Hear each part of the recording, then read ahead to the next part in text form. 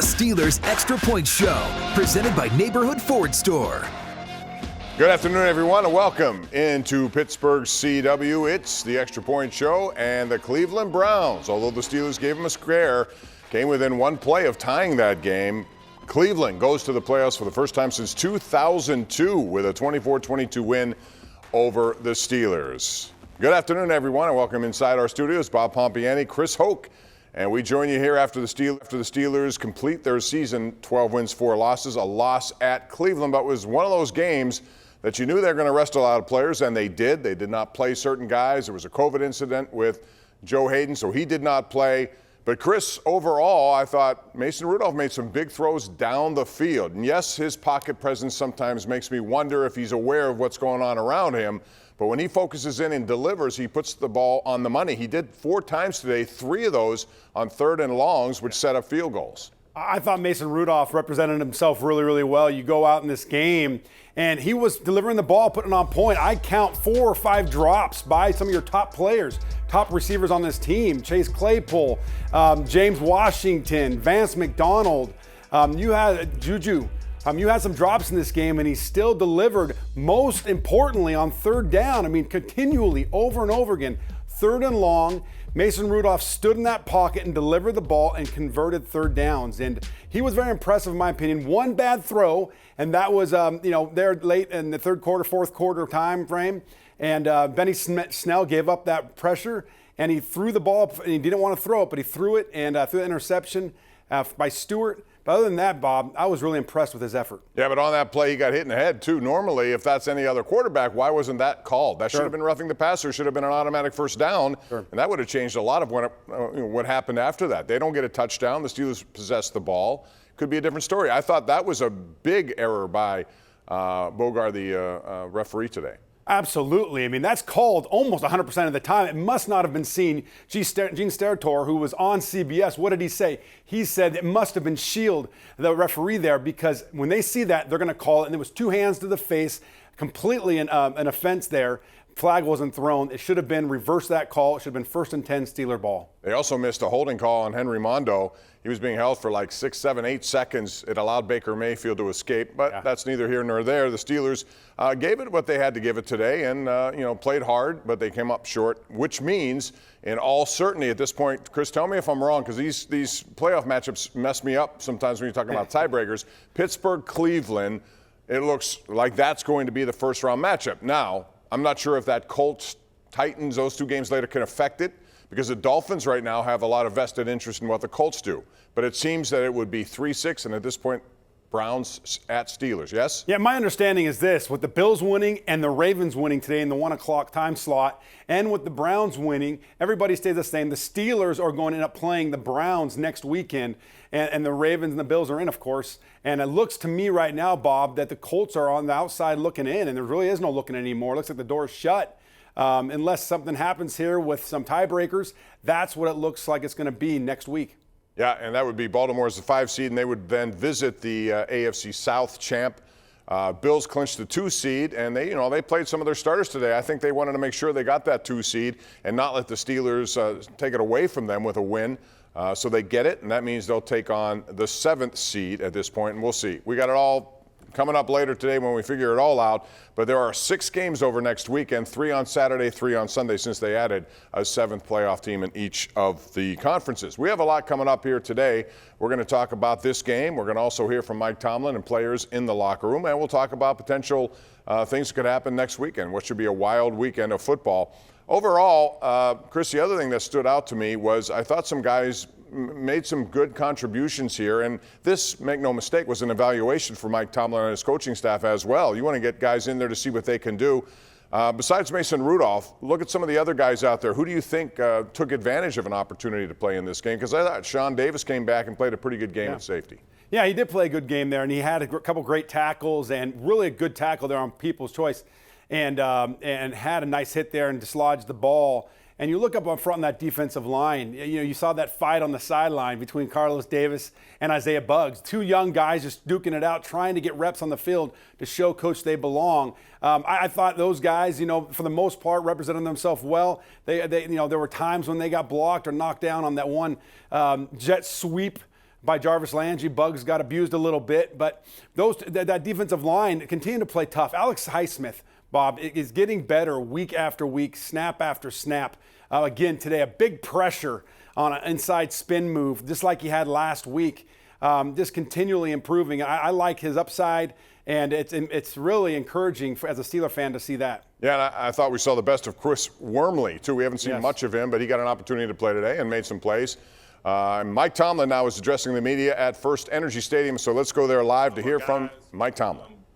But we came up short, and as always, it's about what we do or do not do. I thought we weathered the initial storm last night as a group. We talked about the energy and the urgency that the Browns would bring given their circumstance, and it was something that we had to endure. I thought the guys did a nice job of enduring that and staying in the fight. We just didn't make enough plays. We turned the ball over, and then we didn't get a stop after that turnover. They scored a touchdown after that turnover, and when you really look at it, that's kind of the difference in the game, and that has to be. We got to take care of the ball, and if we don't, we got to support our offensive unit, and so that's probably the significance in terms of the outcome of the game, but can't say enough about the efforts of the guys. I compliment the Browns on their play. They made enough plays and we didn't. And so we take responsibility for that. Guys had an opportunity to play in expanded roles today. And so we'll take a look at that tape and it'll provide a lot of information for us as we push into the playoffs, man. We don't care where the plays come from. Every man in the helmet or every man on our team is a viable component in terms of helping us win. So we gained some information about some guys today, and maybe to help us in our planning as we push forward to next week. Bumps and bruises associated with play, nothing of any significance to speak of from a health standpoint. I'm sure I'll have an update on Tuesday. I'll pause and open it up for questions. Dejan Kovacevic. Mike, Mason Rudolph made some throws downfield. What did you think of his performance overall, and what went into the call that you and Randy made, to basically cut him loose? We were playing to win, man. Pressure is ever present. You're either feeling it or applying it. It was our goal today to apply it, and so that was to be aggressive, particularly with the downfield throws. I thought Mason's performance was gritty. Jerry Dulac. Well, Mike, I was going to ask you basically the same thing. You had to be heightened by his performance, being able to step in like that for the first time and, show some poise in a pocket and go downfield. I don't know that I was surprised by it. Like I talked about earlier in the week, it was reasonable to expect improvement in his play. This guy's been working extremely hard, really, for 12 calendar months. And, at the quarterback position, there are not many opportunities. This was his first extended action of the 2020 football season. And so we anticipated him being better, and he was. Joe Rudder. Yeah, Mike, it looks like you're going to play the Browns again next week. What are your thoughts about getting a rematch this quick? I don't have any. It's too early for that. Really, I'm just assessing what transpired in that stadium today and making decisions relative to that. We'll have tomorrow waiting on us in the morning. Mark Caboli. Mike, with the 47 guys you addressed, were you able to, rest some of the guys that you wanted to? It looked like you wanted to get some of the offensive linemen out, but weren't able to. No, we weren't in the rest mode. The guys that we wanted to rest, we left at home. The guys that got on the bus to come over here were ready to play. Anthony Jaskolski. Mike, considering his body of work the last 3 games, including today, 3 made field goals, do you feel like Matthew Wright earned a full-time spot in the NFL somewhere? He's earning his stripes. That's not for me to say. We're appreciative of his efforts and the way that he delivers for us, for sure. Dale Lawley. Yeah, Mike, you used Josh Dobbs in some packages there. Was that just to get a different look in there? Did you have something in mind with that? We thought his mobility could be an X factor. It's a little-known trivia fact. Dobbs ran for 850 his last year at Tennessee, and so running it is an asset to him. And so we just wanted to infuse that into the game, particularly in some situational components of play, maybe third down, maybe red zone. And I'm appreciative of his efforts as well. And he had an opportunity to put his hand in the pile and be a positive contributor to our efforts. Bo Marchiani. Coach, knowing that Cleveland might be a possibility for this upcoming playoff game, and did you hold back anything? Was there a lot of schematics and schemes that you Again, I wasn't worried about next week. I wasn't worried about next week. I was worried about this game. and rightfully so. Mike Pursuta. Mike Mason was particularly effective 3rd and long. I think he hit a 4th and 10 for a touchdown. Is that better execution? Is that him showing better understanding? What do you think led to that 3rd and long success? I'll let you decipher that. That was our intention. Will Graves. Mike, you placed 3 guys on the COVID list yesterday. Any chance any of those 3 guys are going to be available for you next weekend? We'll see. You know how the COVID protocol is. We'll adhere to it. Brooke Pryor. Yeah, Mike, given Josh Dobbs' success today, is there any possibility of using him in a playoff game and having 3 quarterbacks active? It's a possibility. Jenna Harner. Coach, you've kind of touched on a couple things, but what's the biggest takeaway from today as you guys head into the playoffs now? I don't know that we're looking for takeaways. We fought, we came up short. We accept responsibility for that. We acknowledge kind of how we came up short. We knew we had to take care of the ball. We knew if we didn't take care of the ball, we needed to support our offensive unit. And when you really look at it, that sequence is probably the most significant in terms of determining the outcome of the game. Couple more, Jeff Hathorn. Mike, overall, how do you feel about the trajectory of this team heading into next week?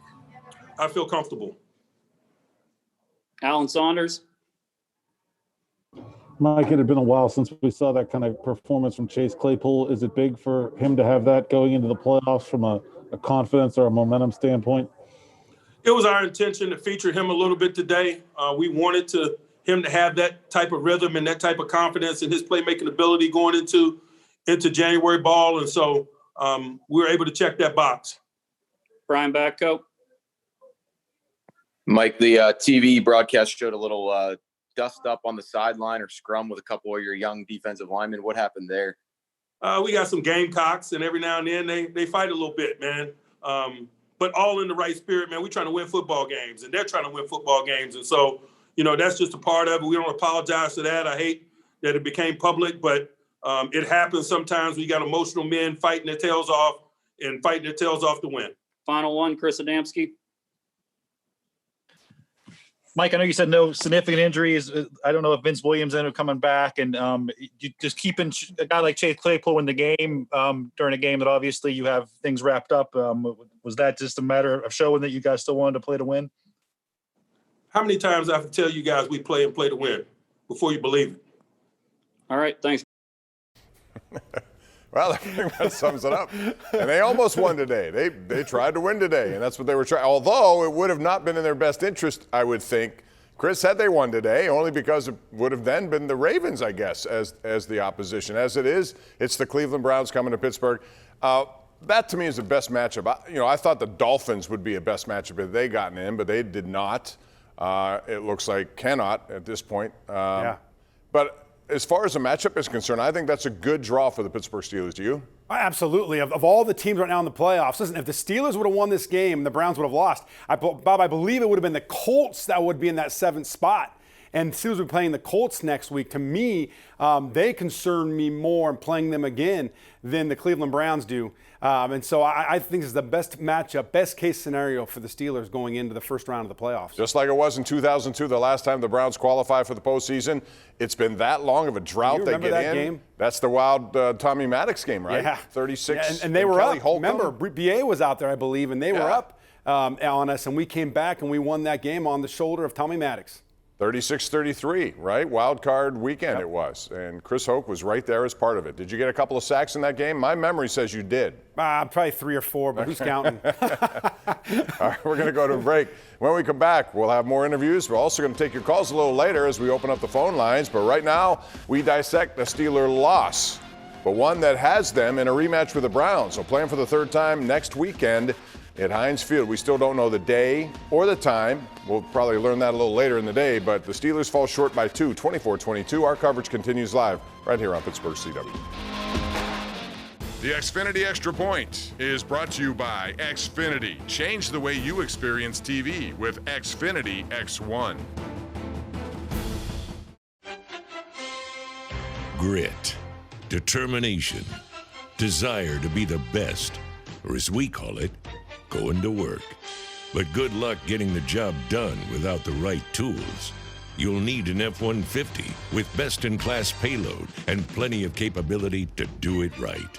That's how you become the best-selling trucks in Pittsburgh and the official truck of your Pittsburgh Steelers. Start your new year right with the Xfinity Hello 2021 sales event. Get powerful internet you can count on and $250 back when you add Xfinity Mobile with nationwide 5G on the most reliable network. Keep in touch with family and friends, stream your favorites with ease, and take your devices to the next level. Get Xfinity Internet and add Xfinity Mobile to say hello to 2021 with $250 back, only for a limited time. This sale won't last, so click, call, or visit a store today. Time to turn talk into action. Step 1, fire up your BetMGM Sportsbook. Step 2, make your pick. And Step 3, showtime. Now that hunch has some weight to it. Every play, every game means something more. Because now, you're betting with the king of sportsbooks.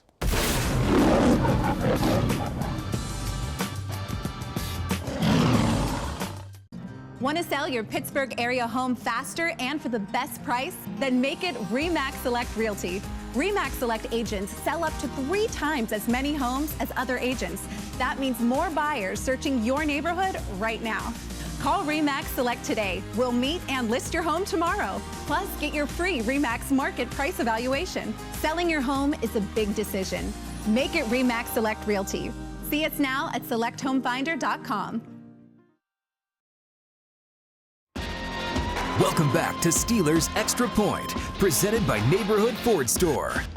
Bob Pompeani, Chris Hoke with you as we take a look at the line score today. Cleveland came out, scored on their first possession, marched right down the field, 85 yards in 6 plays, 7-0. Steelers tightened it up. They got 3 Matthew Wright field goals in this game, but in the end, they fell behind 24-9, got 2 scores late, tried to go for the 2-point conversion and failed on a pass to Chase Claypool. I was a little surprised by that selection of play. Chris, on the 2-point conversion, which could have tied the game, unless you're of the belief the Steelers didn't want to really win this game at the end. But, you know, that was a pass play. I thought at that point you might see Dobbs in the game just to increase their options. Yeah, I thought Mason was playing well, and they could have gone either way because when Josh Dobbs ran that read option, they were able to move the ball as well. So I think that would have been a good call either way. Mason Rudolph was throwing the ball really well in this game, Bob, and so they had a lot of confidence in him taking the ball back there. And he was having a lot of confidence in Chase Claypool, as you saw throughout the game. And Chase Claypool today had 5 catches for 101 yards, had a couple deep balls that were thrown to him and he caught. Really a very physical catch in the end zone, so I can see why he went to him thinking he can muscle that ball. Yeah, overall, I think Mason Rudolph took a step in the right direction here. Mike Tomlin called his performance gritty. 3 third down and long plays resulted in a 41-yard completion, 32-yard completion, and another 41-yard completion, all set up field goals.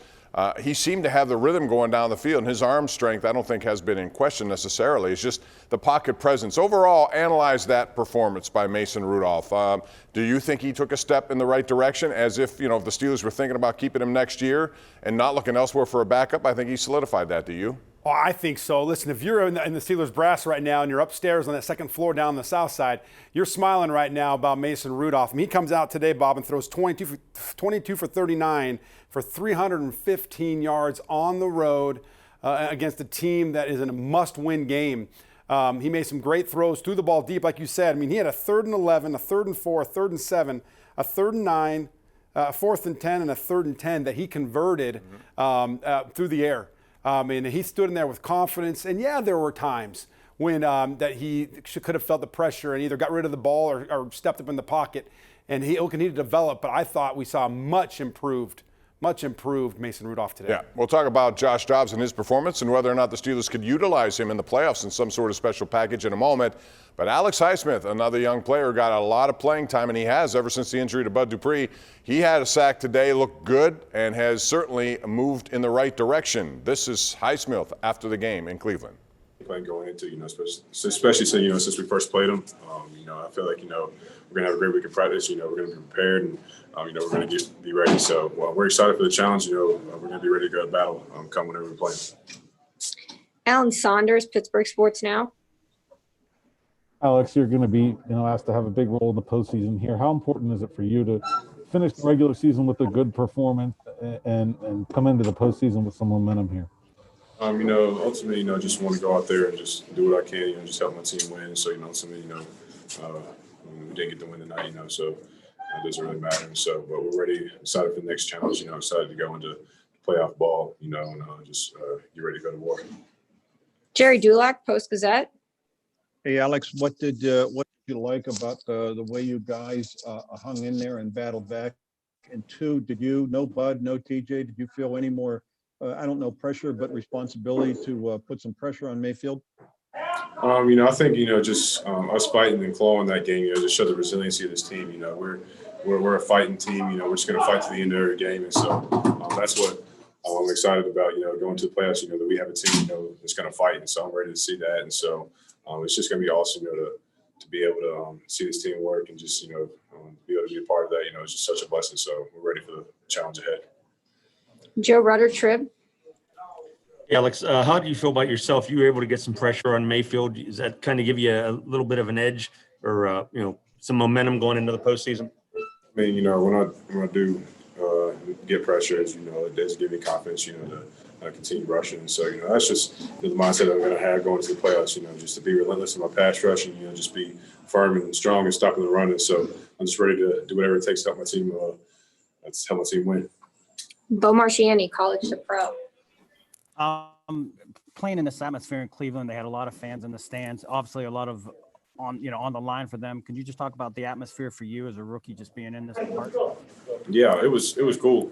This first part, most fans I played in front of, it was just also, be able to play with that type of energy and that type of crowd. And so, I'm looking forward, when COVID's over, to being able to play in front of that weekly. So it was cool. All right, last question, Mike Prizzuta, DVE. Alex, Mayfield got outside the pocket a couple times, but not with any sort of regularity. How do you feel you guys executed your game plan against him? Yeah, there's definitely some times, where he got out of the pocket. That's something we feel like, we're really gonna just look at this week and just study our film. Just find ways just to keep him in the pocket the whole game, because that's what matters most. And so we're just going to construct a good game plan, to do that for this upcoming game. That's Alex Highsmith. Pretty good day at the office there. 9 tackles, a quarterback sack, a quarterback hit. And Chris, at the beginning of the season, a lot of people wondered about the future of Bud Dupree, knowing that if he had a good year, he's likely gone. He's still likely gone. They have a lot of unrestricted free agents they're going to have to deal with money-wise. But knowing that Highsmith got the opportunity, sort of baptism by fire, I think that kind of solidifies their belief that they have the guy they drafted to take the place of Bud Dupree. Listen, the Steelers have always done a great job of drafting players from small schools and getting production out of them. And Alex Highsmith is nobody different. This is a guy who came in, played at a small school, and so you're looking at him now start to grow and develop throughout the season. And these plays and this experience is invaluable for him, because what you're seeing is he makes mistakes, but what happens is you're seeing multiple plays that are positive that are being made per mistake. And the Steelers know when you put a young player in, they're going to make mistakes at times, but they are very happy with his production over the last several weeks since he's taken over for Bud Dupree. No question about that. We'll talk more about the Steelers and their 12-4 record looking back. Also looking ahead to the matchup against the Cleveland Browns. It'll be next weekend, the first of their playoff games, and if they get the second one, things obviously will get tougher, but the Browns are a pretty good draw given the fact that they have beaten them 38-7 this year and played them very well today with their quote JV team in there. We'll talk more about that matchup as we continue live. It's Pittsburgh CW. This is the Extra Point, and we do it following Steeler games, and this one no exception. 24-22 Browns win. They get to the playoffs for the first time in 18 years. We're back right after this. You want top quality roofing? Well, I think JP Roofing was probably one of the best companies I ever worked with. The sales team was very friendly and made the whole process easy from start to finish. You could tell that they cared about the customer. It was just a great experience. Joe and his team were fantastic. Very polite, knowledgeable, did their job in one day. I can't recommend them enough. If you're looking to get your roof replaced, hire JP Roofing and Siding. Quality long remembered at a fair price.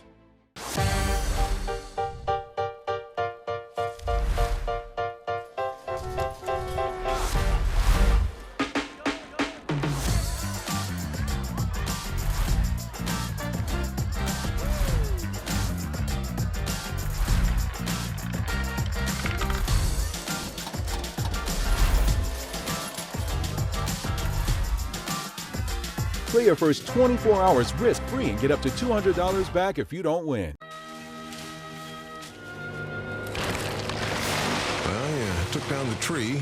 That means it's time to put 2020 in the rear view and get to the final days of the Ford Built for the Holidays sales event. It's your last chance for our best offers of the season across the Ford lineup. So hurry in today. The Ford Built for the Holidays sales event ends soon. Get a 2020 Ranger with 0% financing for 60 months with $1,000 trade assist cash during the Built for the Holidays sales event at your neighborhood Ford store.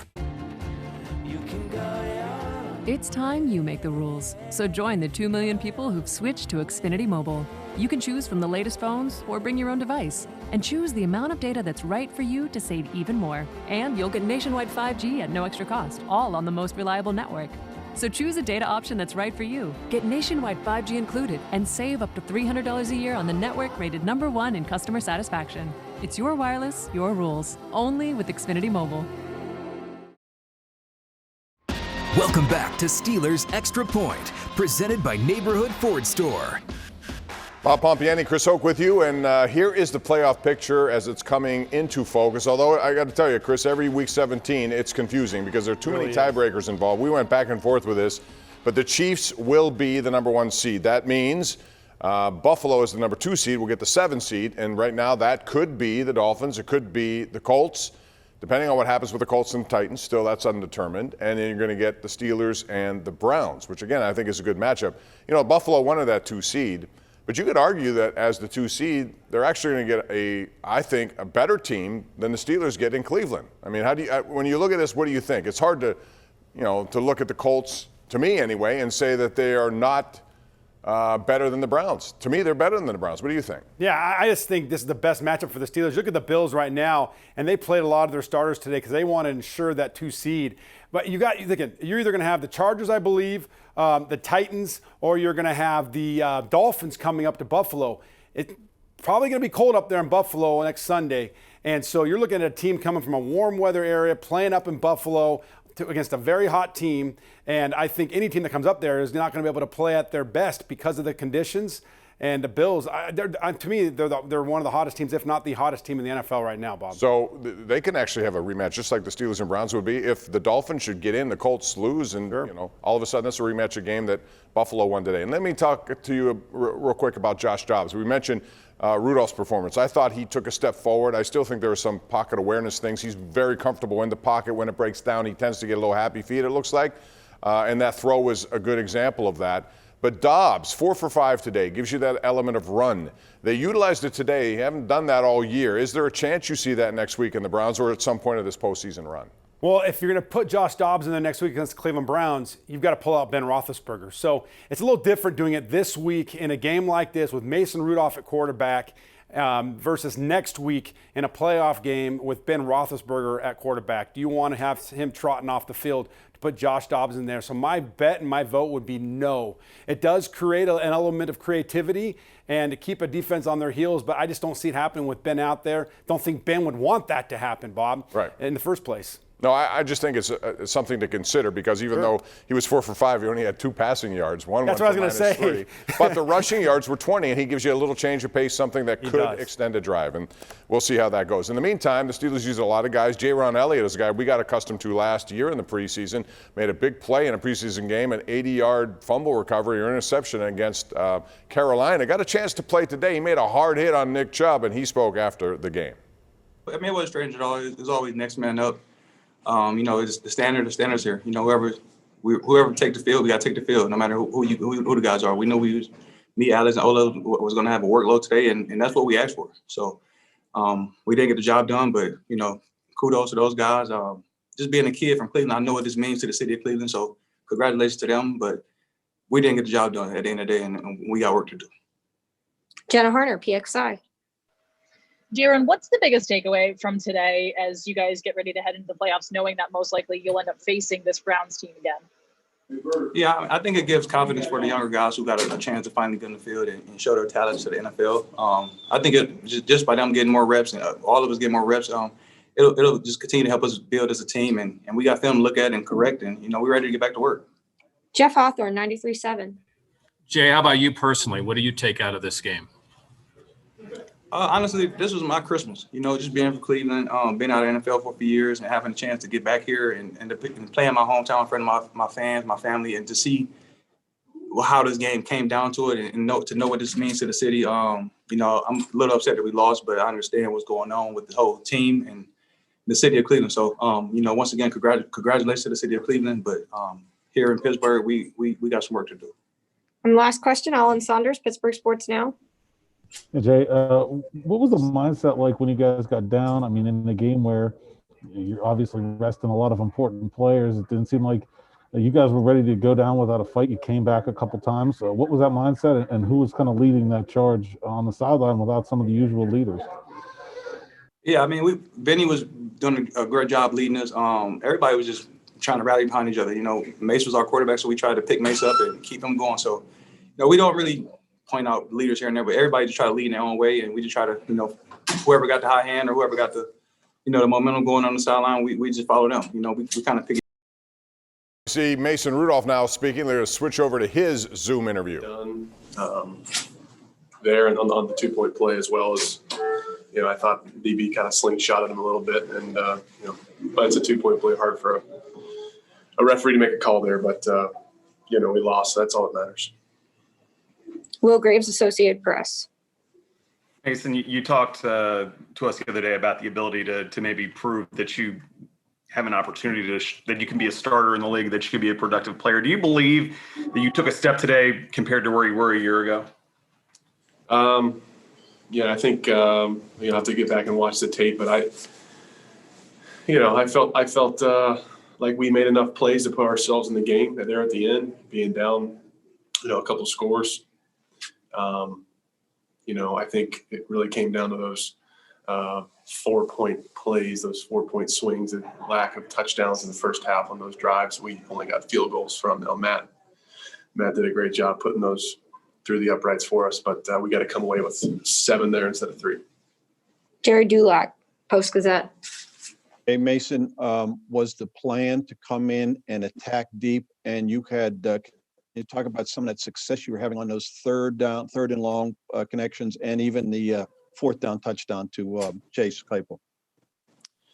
Yeah, that was a part of the game plan. We knew we wanted to, you know, challenge them deep and take our shots carefully, as well as, you know, taking what's there underneath. If they don't let you, you know, if they play cover 2, play deep zone and make you check it down. So Chase made a great play there. He made great plays all day, as well as, you know, Deontay there at the end. Juju extending drives on 3rd down. Really proud of the way that those guys played today for me, for our offense. And, you know, I got to make a better throw there on the 2-point play to send us an OT. Brooke Pryor, ESPN. Mason, I know you're obviously disappointed in missing that throw on the 2-point conversion, but overall, I mean, you had a career in passing yards. Do you feel like you were able to exercise some demons, just given the way the game went the last time you played Cleveland, even before the end? I mean, it was not a great performance. Do you feel like you were able to get back on track with a game like this? Like I said, all week, you know, a backup quarterback in this league, you don't get many opportunities. And, you know, I was excited to get this one this week, and it didn't matter who the opponent was. Was just excited for myself, as well as a handful of others, to prove ourselves to our teammates and coaches. And, you know, obviously you want to win the ball game. Mark Cavalli, The Athletic. Mason, I know you said you wanted to selectively go deep here. I think you went, 4 or 5 times. Why not more? It seemed like they were daring you to throw the ball deep on them. We tried to get as many shots as we could. That's something that I'll have to go back and look at the tape, and, you know, if you had a specific example for me. But I thought we threw the ball a lot down the field, and you know, I thought on the ball with Chase Claypool, I thought, you know, the DB was all over with. We might have gotten the PI along with the touchdown, but you know, that's something I'll have to go back and look at, and, you know, that's what you always do with evaluation. With, hey, we could have done this differently, and you try to learn from those things. Dejan Kovacevic, DK. Mason, asking the obligatory question here, if you had any interaction at all today with Myles Garrett or any of the Browns as it related to what happened here last year. Miles came over and said, good game, post game. And that's all it was. I told him, good luck, a lot of respect for him. Joe Rutter, Trib. Obviously, you'd want to have the interception back in the fourth quarter. Are you encouraged that you're able to come back and lead 2 touchdown drives after that? I was encouraged that we got back in the game. I think our defense did a great job getting us to stop there to get us the ball back, especially on the fourth down. Those guys on that side of the ball played well all day, gave us a shot. They gave us a chance to win the game. Really proud of the way we protected. Proud of David DeCastro and Alejandro Villanueva and the way they led the offensive line, with the absence of Marquise. So I thought they did a great job in protection all day. So, like I said, comes down to really a couple plays. Jeff Hawthorne, 93.7. Mason, you mentioned Claypool. Can you speak to the confidence you have of throwing the ball up and giving him a chance to go get it? Yeah, I think when he's one-on-one, he's for such a big guy at 230 pounds, he really wins on go balls, and maybe to more, maybe his 40 time isn't as fast as those guys on paper, but he's a pretty darn good football player when he puts the pads on. So you give him a chance in those situations, as well as we got a whole slew of guys that played well today, and Juju from Juju, Deontay, James Washington, they played well. That's Mason Rudolph after the game, and numbers-wise, pretty decent day. He had a lot of drops there today early on. 22 of 39, 315, 2 touchdowns, an 89 passer rating. And again, given the fact that he hasn't played all that much, I think probably took a step in the right direction. And I know this franchise still thinks he can be somebody who can help them in the future. And so if you were thinking that he wasn't in that situation, he may have changed your mind, Chris. And he also said that Myles Garrett did approach him after the game, and finally this thing maybe put the rest. There was a lot of buildup about what would happen, if anything. There was nothing on the field, and he said that Garrett came up to him and said, good game, and then he told Garrett, have a lot of respect for him.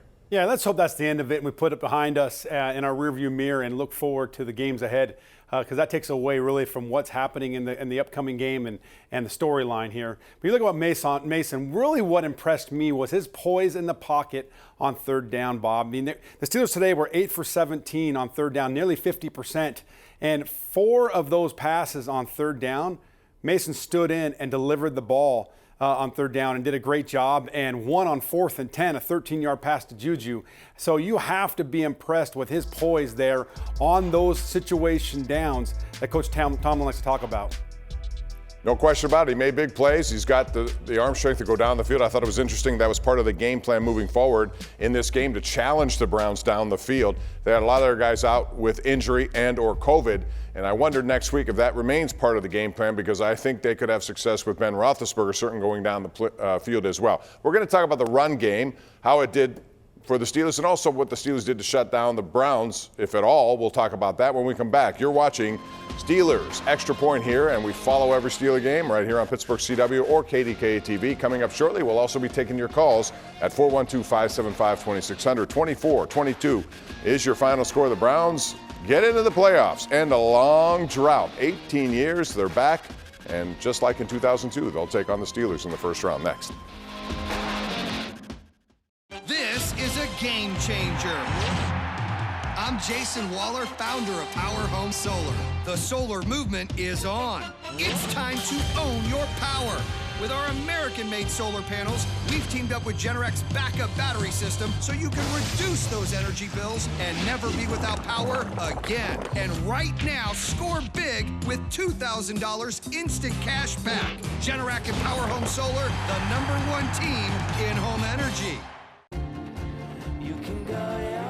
It's time you make the rules. So join the 2 million people who've switched to Xfinity Mobile. You can choose from the latest phones or bring your own device, and choose the amount of data that's right for you to save even more. And you'll get nationwide 5G at no extra cost, all on the most reliable network. So choose a data option that's right for you. Get nationwide 5G included and save up to $300 a year on the network rated #1 in customer satisfaction. It's your wireless, your rules. Only with Xfinity Mobile.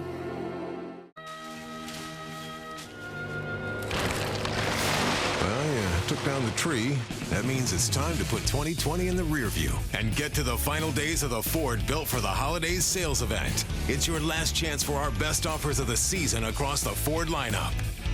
So hurry in today. The Ford Built for the Holidays sales event ends soon.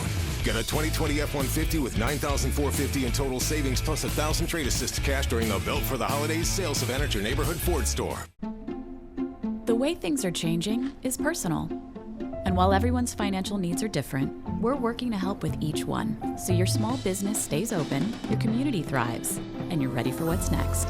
Because we've always done what's right. So whether you're out with a friend, thinking about your business, or spending lots and lots and lots and lots and lots of time with the kids, we're here. It's how we're making a difference now and for the future.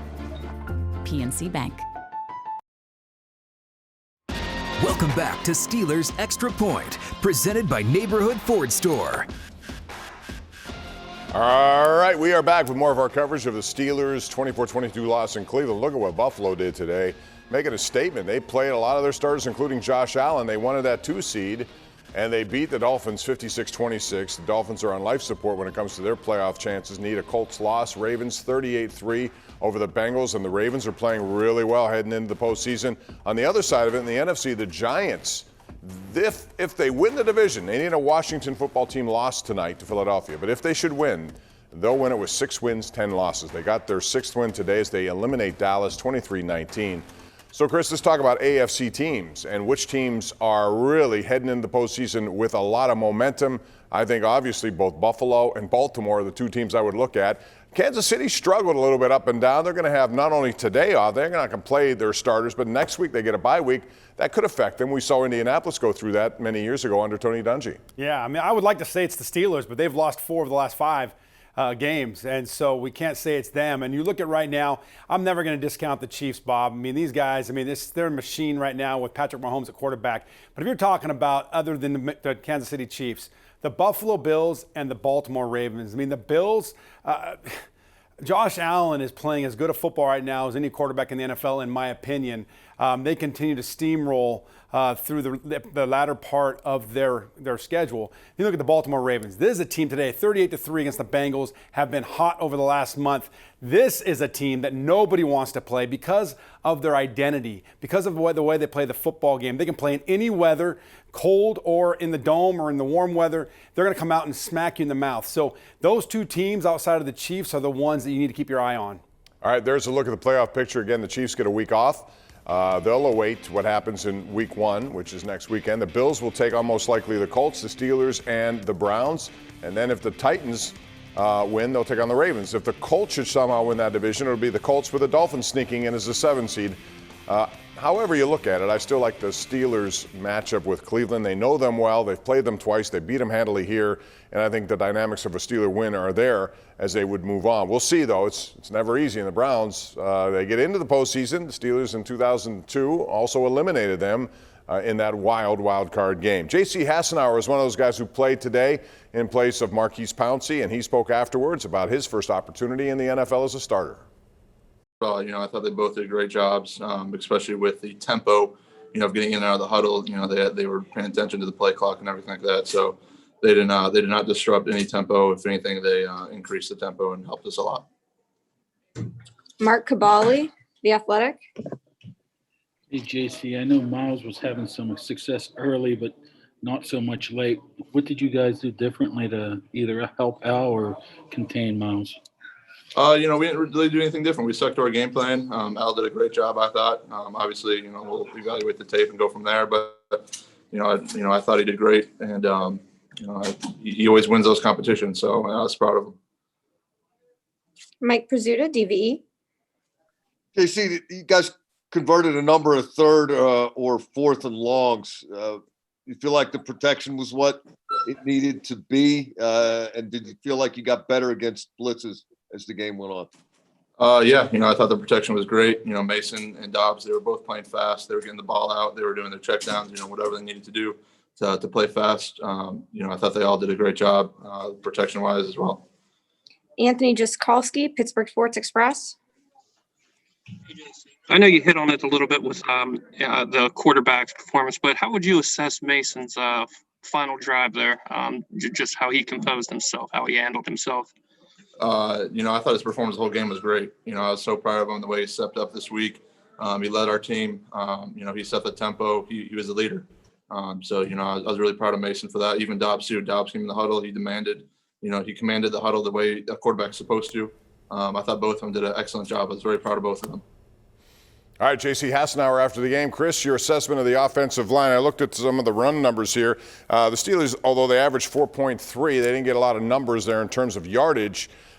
Your thoughts about what you saw today? Because Villanueva, DeCastro did play, so did Chuks Okorafor.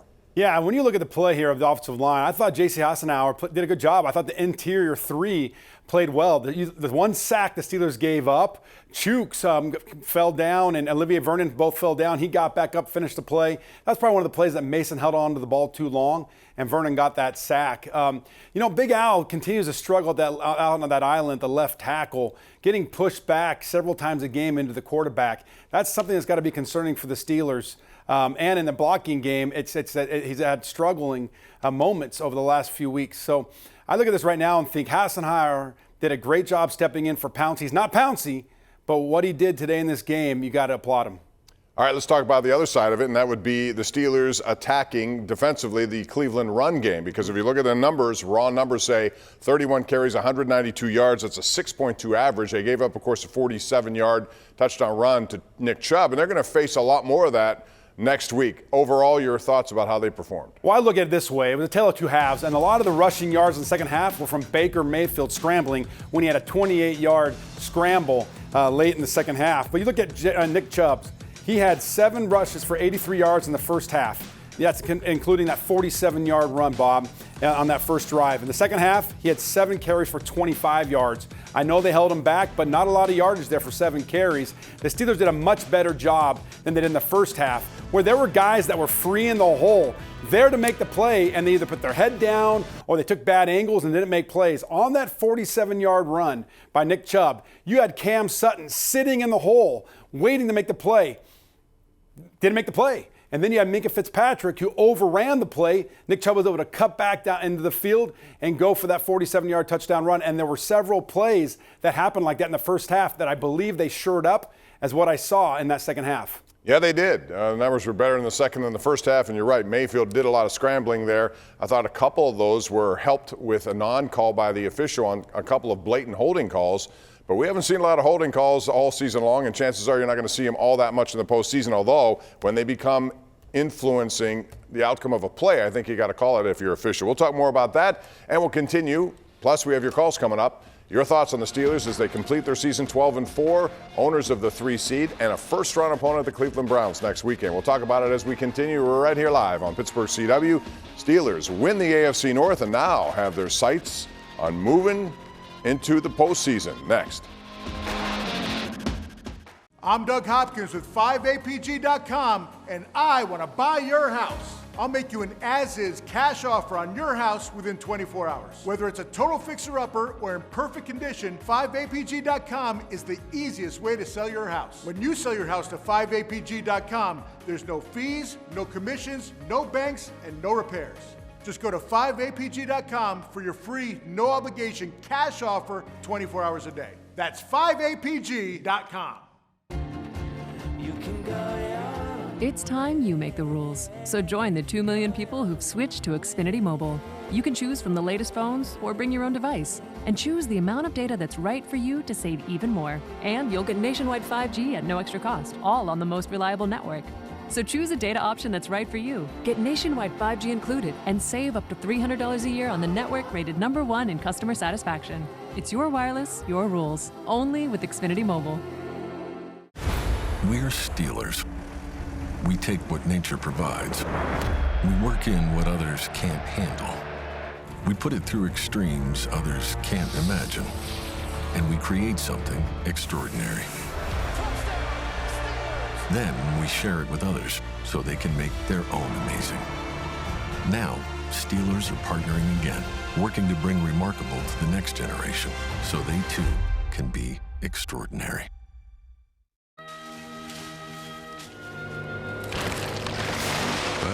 took down the tree, that means it's time to put 2020 in the rear view and get to the final days of the Ford Built for the Holidays sales event. It's your last chance for our best offers of the season across the Ford lineup. So hurry in today. The Ford Built for the Holidays sales event ends soon. Returning lessees can get a 2020 F-150 for $299 a month for 24 months during the Built for the Holidays sales event only at your neighborhood Ford store. Welcome back to Steelers Extra Point, presented by Neighborhood Ford Store. All right, we're back, and in case you missed it, the Steelers started off slowly right off the bat, a big drive by the Browns, 7-0, but then they settled down, and before you know it, they were within 1 point of this game. It was 10-9 third quarter when Cleveland got a score, again aided by a non-call on Mason Rudolph, which should have been a roughing the passer, was not called. The Steelers stormed back, but they fall short after missing a two-point conversion, 24-22. Those are some of the numbers, and Chris Hoke, I know you have more of the other numbers here with regard to the finale of this 2020 season. Final stats brought to you by JP Roofing. And today in this game, it was just a great job by the Steelers with some of the players they had down. You look at here, first downs, 18 first downs, the Cleveland Browns 21. A lot of those coming there in the second half. Rushing yards today, still not what the Steelers want. 20 for 85 yards for a 4.3 average. And then you look at here, Cleveland Browns getting after it on the ground again. 31 for 192 for 4.5 average against the Steelers. 26 for 44 for 309 yards for Mason Rudolph and Josh Dobbs. 17 of 27 for 166 by Baker Mayfield. The penalty's not a factor today in this game. We've seen those the last couple of weeks. Last week against the Colts, not today. Penalty's not a factor. And one turnover by the Steelers, costly, turned into 7 points for the Cleveland Browns. Time of possession, 5 minutes off, approximately 4.5, but not really a factor in this game. Really just a hard-fought game, and Steelers came short with that 2-point conversion. Penalty should have been a factor, though. There were some non-calls. Like I said, if that's a playoff game and that happens. That's every week, though. Oh, That's come on. every You week. saw the one with the hands to the face of Mason Rudolph. You don't think that affected the game? Sure, and it happens every week. I mean, last week we were talking about penalties, and there were ones that weren't called. I mean, it goes both ways. I mean, there were some questionable calls, and there were some that were missed, and I'm sure they're up in Cleveland right now saying that the referees missed some that should have gone in their favor. It's a week-to-week thing that everybody likes to complain about. Yeah, but down in Dallas, it helped them, didn't it? It helps every team, and it hurts every team, right? I mean, it has to help somebody and hurt somebody. But I don't think that. I'm just saying he's in position to make that call. He has to make that call. There were a lot of calls today. Even the one that Mike Tomlin had to challenge was a terrible call by two guys who were right there looking at it. How could you make the call that it was a completed pass? That was a bad call, and so I think a lot of times they err on that side and give it a call and then give it a catch and then go to the booth. On that one with Mason Rudolph getting hit in the face on that interception. And not being called, the referee was there, but like Gene Steratore said, Bob, he was shielded from that call, or he would have thrown that call because that was a blatant penalty. Sometimes your angle, you just can't see them. All right, let's talk about the COVID crisis, which can affect. Now, the NFL did a masterful job. They got all of their games in this season without a cancellation. They had some, obviously, disturbances, and the Steelers have paid the price for some of that, as did some other teams as well. But they're going to play on. What the Steelers will get back next week, not only guys who were healthy scratches, but also potentially some guys who are on a COVID list here today. So these are some of the guys you'll see next week who we did not see today, and clearly they will make a difference. TJ Watt rested. All these guys are rested. These are not COVID guys. These are guys who could be back. Watt will be. Cam Hayward will be. Terrell Edmonds should be. Robert Spillane is trending in that direction. So from those guys coming back, I think, they're certainly going to be much improved on defense. And offensively, Roethlisberger will be the man. Pouncey back at center. Filer, we expect to be back there. And then there are, of course, the COVID concerns with Joe Hayden. It will not allow him to play in that game. But overall, I think when you look at it, the Steelers will be a decided favorite in this game and should advance against Cleveland. But the COVID situation is a concern, isn't it, Chris? Every time you turn around, there could be a test that leads to guys, and we've seen it now. Denver had to play with no quarterbacks. Cleveland, last week, no wide receivers. Today, the Saints have no running backs. The league is going to play on, it appears. It is the biggest wild card in the playoffs. It's going to be the team that avoids the ugly COVID monster in the playoffs. And you have to hold your breath all week because, as you saw, it just happened, in the last 24, 48 hours that we learned that Joe Hayden and Eric Ebron weren't going to play today because of COVID or being in close contact. So that's going to happen every single week. And if this happens to a team, what happened several weeks back in the NFL, where the whole running back team was not able to play on one of the teams in the NFL, it's going to be difficult for a team to advance in the playoffs when every game, every snap means so much. So it's going to be a factor that everybody's going to have to watch closely. No question about it. It can turn quickly late in the week, which would really mess up a lot of game plans moving forward. We're going to take a break. When we come back, we're getting closer to taking your calls. It's 412-575-2600. We'll open those phone lines up shortly. We're continuing our coverage of a Steeler loss today, 24-22. The Browns get into the playoffs. The Steelers await the Browns now as they come to Heinz Field next weekend. All when we come back right here on Pittsburgh CW.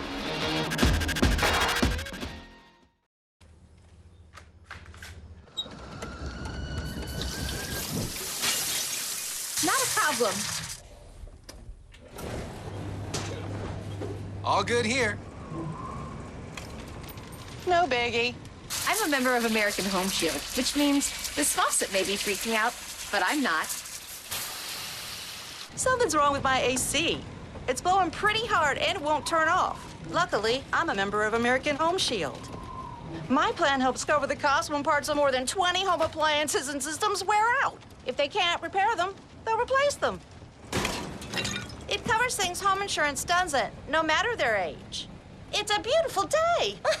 I have a 6-month-old, so we go through about 1 million onesies a minute. Recently, our washer stopped working mid-cycle, so I requested service and someone came out to fix it. Easy. Our budget was protected and the onesies are back in full rotation. Get a plan, get peace of mind, and keep your home running smoothly. Call for a free quote. 800-750-2102. That's 800-750-2102. Did you know American Home Shield has over 45 years of experience in the home warranty business? That means they know what they're doing, which is great because this situation will take some expertise to take care of. American Home Shield is the largest and pays the most home warranty claims. They offer flexible plans that fit your budget and needs. Hey, Janice! AC's broken. Today it's my dryer, tomorrow might be my laptop, but that's okay. I have a plan that covers electronics. I've never felt so good. Give American Home Shield a call to find the right plan for you.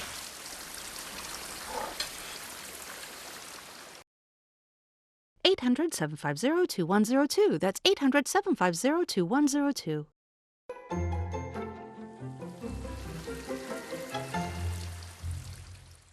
Name a place you love being naked.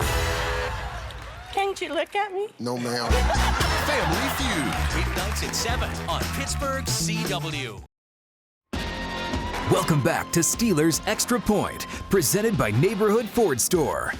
All right, we're back. Steelers lose today. They finish the season 12-4, and they are the AFC North champs, which means they get a home game. It'll be Cleveland coming to Pittsburgh next weekend. We just don't know at this point what day, what time, what network.